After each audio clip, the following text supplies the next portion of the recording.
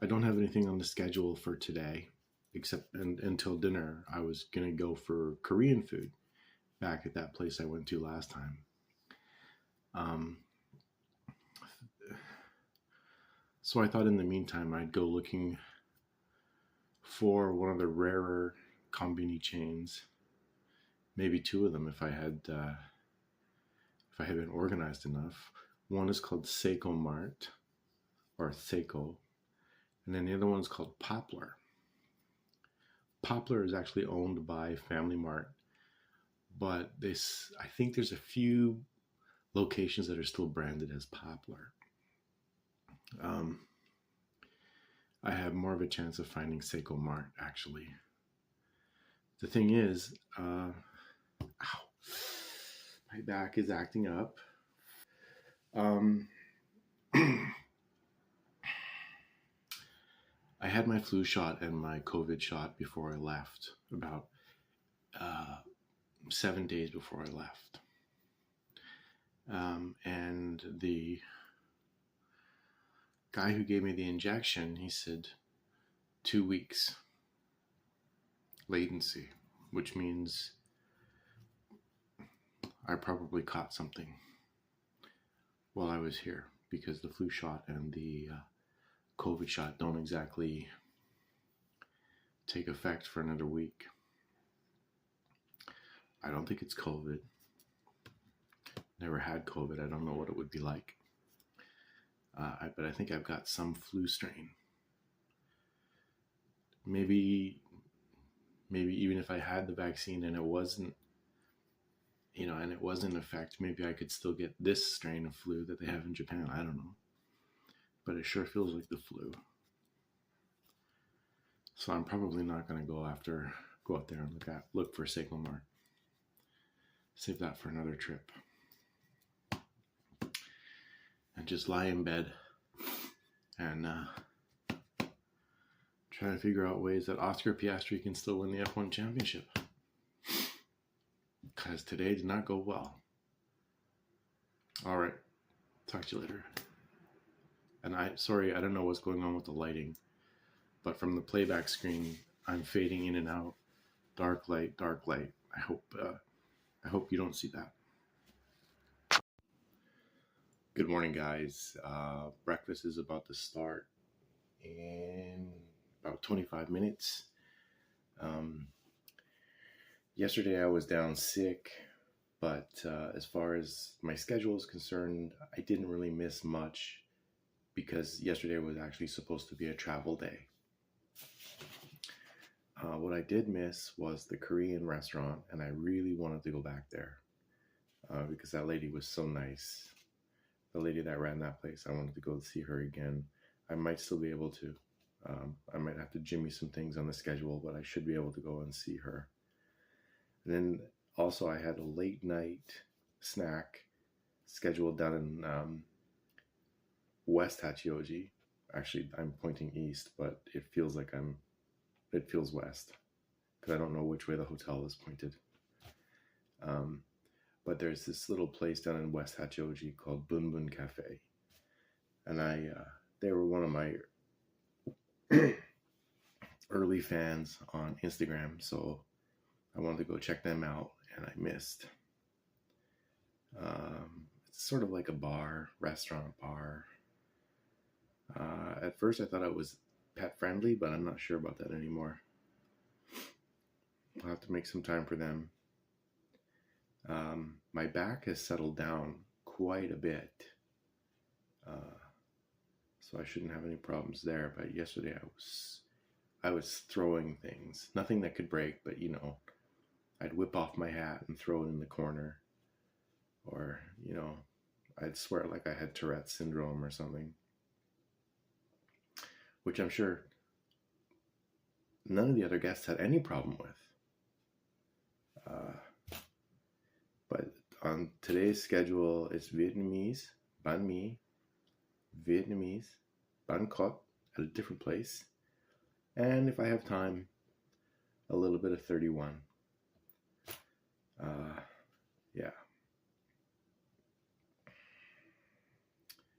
When everything is so close, I have no self-control. Anyway, Vietnamese banh mi, Vietnamese Bangkok, hopefully, and something else probably. They have frogs in that restaurant. You can get frog soup there. And then ice cream, or maybe a shake. Never did get the Shake Shack. Something tells me I'm not really missing anything. Anyway, as you can see, I have not been looking after myself very well these last couple of days. Just trying to keep my head above water, or, just trying to be as less sick as possible, I guess. Anyway, hopefully I'll have some nice video clips and some pictures from Olu Olu Banh Mi and Vietnam Com Saigon.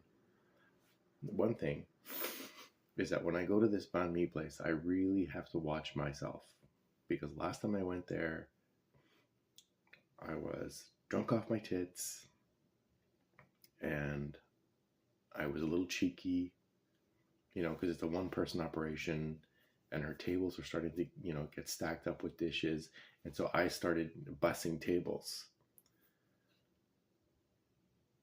Shouldn't be doing that. Think it's cute? It's not. Okay. But I think that after this little health episode, I am going to knock off the beer for the rest of the trip. And something tells me that that's a good lead-in for something bigger. All right. Talk to you later. Well, they did it again.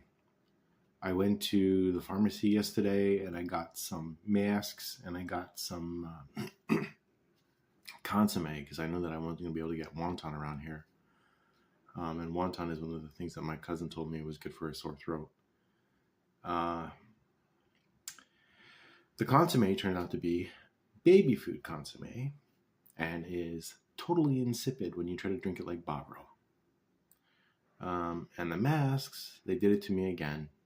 Different pharmacy. This time it was Sugi Drug. Last time it was Nomura. I ended up buying masks that were too small. They're kid size. I mean, I can wear them, but they look totally ridiculous on me. At first, when I saw the masks, I'm like, oh, they're so cheap, because they're not even like, I don't even think they're rated for COVID. They're just masks. Turns out these ones are designed for sensitive skin. And that's why they don't look like a normal surgical mask. But man, I gotta learn to read the fine print.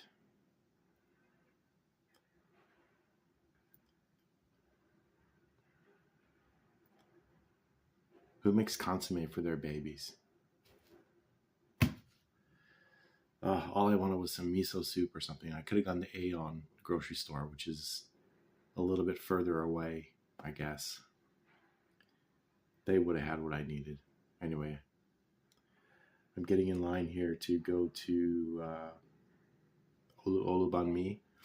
And I noticed that on Google reviews, I don't know, for anybody who's a fan of competitive eating, and the very famous Matt Stoney, his equally famous brother Morgan, who is not a competitive eater, but who features very prominently in Matt's early work on YouTube.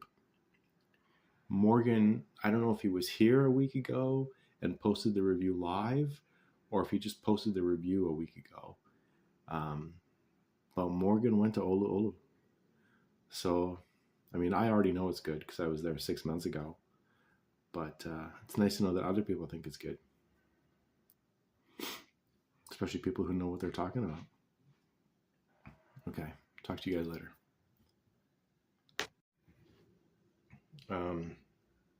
But I told her all about the Stoney brothers, Matt and Morgan.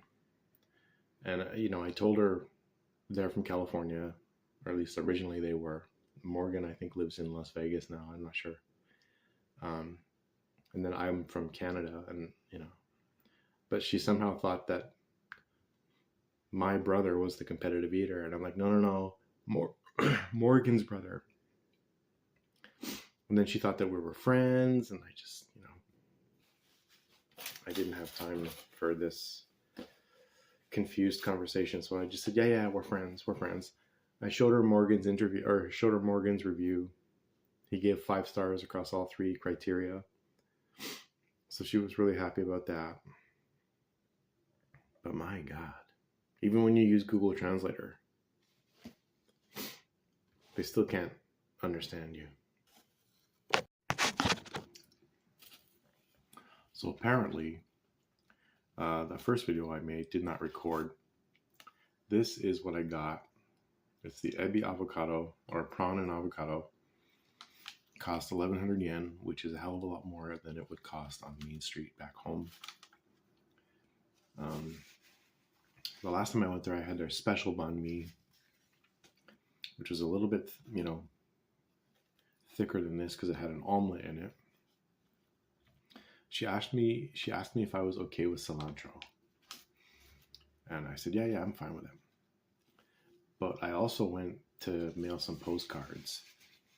And as soon as I presented the postcards to the clerk, because I do this now automatically because they always want to check the address to make sure I filled all, city, province, country, postal code. They want to make sure I've got all that.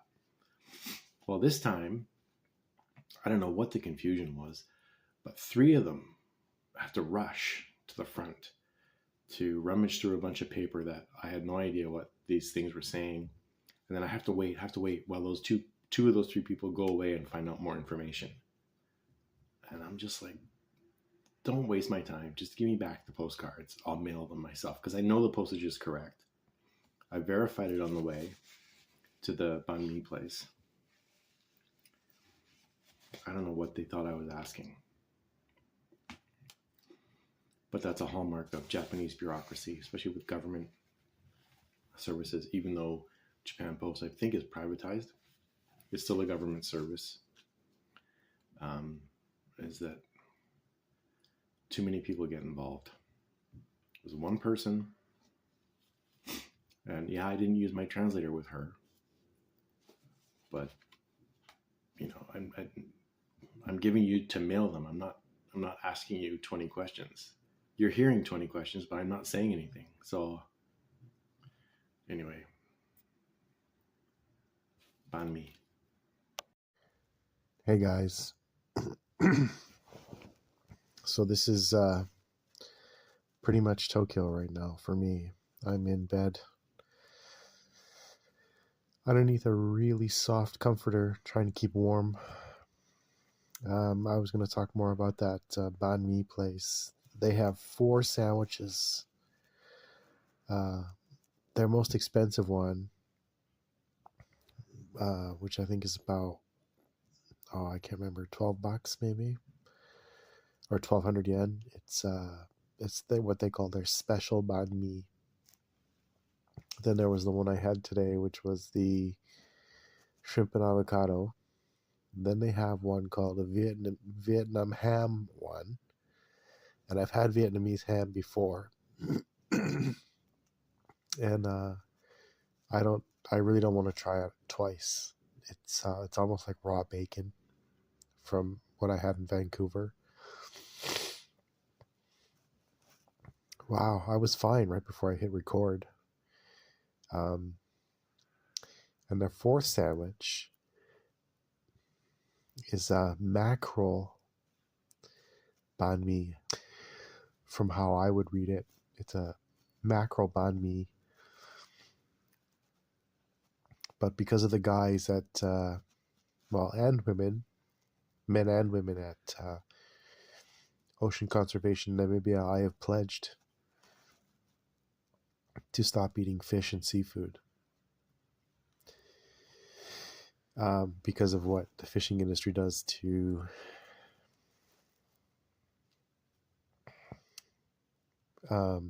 natural predators of fish.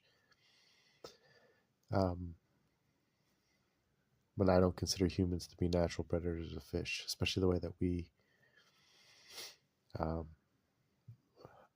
hunt for them now. We use atrocious methods, and I really don't support it because I've seen what it does to seals in particular, and it's gross.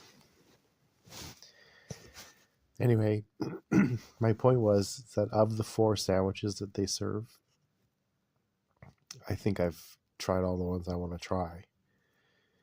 And if I ever do go back there, which I intend to do, but probably not this trip, I'd probably stick with the special banh mi.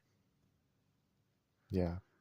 Oh, and another thing, for the shrimp and avocado one that I had today, it was typical banh mi, you know, with the pickles and everything on it, or the like, not pickled cucumbers, but pickled vegetables and cilantro and things like that. But there was also a real spicy kick to it, which I did not know was going to be there, but I really enjoyed it.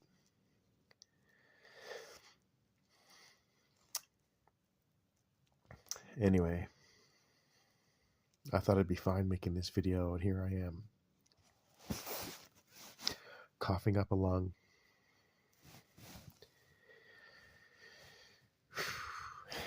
This is not the first time I've been sick in Japan either. This is the second time. And I guess I didn't take it as seriously the first time. And it did clear up after a few days. But this one keeps changing. I guess they're the symptoms. They keep changing. Or coming and going. Anyway, take it easy.